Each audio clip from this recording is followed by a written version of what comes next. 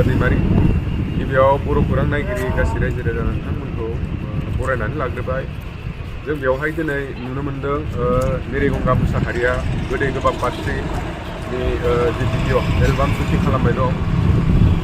गिबियाव बिथाङा गोदै गोबाब पार्ट 1 आरो पार्ट 2 मोननैखौबो बानायखांबाय, रिलिज खालामखांबाय, आगारखांबाय। दा बिथाङा बोरै गोदै गोबाब पार्ट 3 आवहा गोबां मिलियन बिलियन भिडिअ भिउ फैनायखौ जों नुनो मोनदों। दा बिथाङा बोरै मेथाइखौ लिरनानै बोरै खनखो, बोरै दिनैसिम आवगायनो हाखो, बिथांनिसिम जों दा मिथिनानै लानो। गिबियावनो आं बर' खौरांखौ आंनि गोसो गोरबोनिफ्राय साबायखर बावबाय आरो बर' खौरां नायगिरि नोंथांमोनखौबो आंनि गोसोनिफ्राय साबायखर बावहरबाय। जोंनि दा BM फिल्म प्रडाक्शननि जा मिउजिक भिडिअ फैनो गोनां दं बेखौ गासैबो नायगोन होननानै, नुगोन होननानै आसा खालामबाय, गासैबो नायगोन होननानै। मिलियन भिउ जानाय मानथ' आं बेखौ जेनेबा मिलियन भिउ जागोन बा बिदि फेमास जागोन मेथाइआ बिदि गासिबो खोनासंगोन होनना बिदिथ' आं मिथियाखै आरो बिदि साननाबो बनायखायाखैमोन। जास्ट आं गोसोआव साननायखौ लिरदोंमोन आरो जेनेबा जोंनि समाजाव मा जाना दं। आंनि मेथाइफोरा माने ओरैबायदि टाइपनि जायो जेनेबा सेंग्रा सिख्लानि समाजाव मा सोलिबाय थादों, जेंना जेंसि बेफोरबायदिनि सायाव लाना लिरो आरो। नै गोदै गोबाब 3आबो दा बेबायदिनो जेनेबा दा हाबा जानाय हिन्जावफोरखौनो लाना खारो बा सोरबा सेंग्रा सिख्ला सानै साथाम गोसो थोलायो बा ब्रेकआप जायो, बेफोरबायदिनि सायाव लाना लिरनाय आरो। जानो हागौ रायजोफ्रा मोजां खोनानानै बेखौनो साननानै लिरदोंमोन। दा माबायदि जायो आउटपुट ओंखारबासो मिथिसिगोन आरो। दा नोंथाङा बे मेथाइखौ माला रिलिज खालामनो सानदों, माला आगारनो सानदों? मालाथ' एक्जेक्टलि डेटखौ खोन्थानो हाया। शुटिंखौ दिनैनो फोजोबनायनि टारगेट लादोंमोन, नाथाय जोबहैयोना जोबहैया बेखौथ' बुंनो हाला। शुटिंआ जुदि दिनैनो जोबोबा, थाबैनो जोबोबा जों थाबैनो आपल'ड होगोन होनना सानो आरो। दा बे मेथाइखौ सोर सोर खनबोखो दिनैसिम? Part 1, part 2, part 3?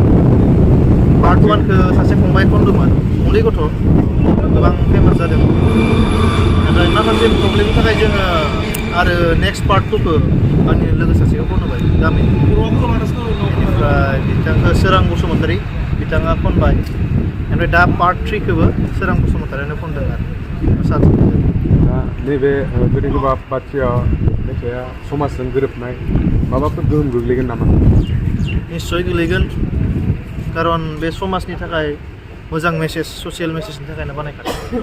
जेरै माबायदि सोलिबाय थादों दानि समाजाव, जोंनि बर' समाजाव, बेफोरखौनो देखायनाय जागोन जाहाथे बेखौ नायनानै दिनैनि दिनाव जेनेबा जों सावरायलायनायनि गेजेरजों बा जोंहा बे BM फिल्म प्रडाक्शना जथेस्थ' ड्रप थाबोनाय हिसाबै जों जेनेबा मोनसेबो जेनेबा सर्ट भिडिअ बा मिउजिक भिडिअ लाबोथारनाय जायाखैमोन, गोबाव जाबायमोन।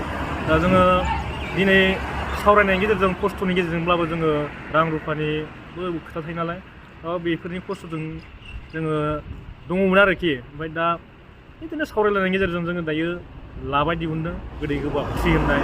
दा बे जाहैबाय दानि थासारिजों बा दानि समजों बा दानि जोंनि बर' समाजाव जेनेबा जाय बुस्थुआ जागासिनो दङ, सेंग्राया सोरबा हाबा जानाय बुरैखौ लाना खारनाय, बा सोरबा हाबा जानाय बुरैया जेनेबा बुवारि आरोना, बे आरो जेनेबा सोरबा सेंग्रा इयंखौ लानानै दोनखारलायनाय, बेखौ जों नुबाय थादों।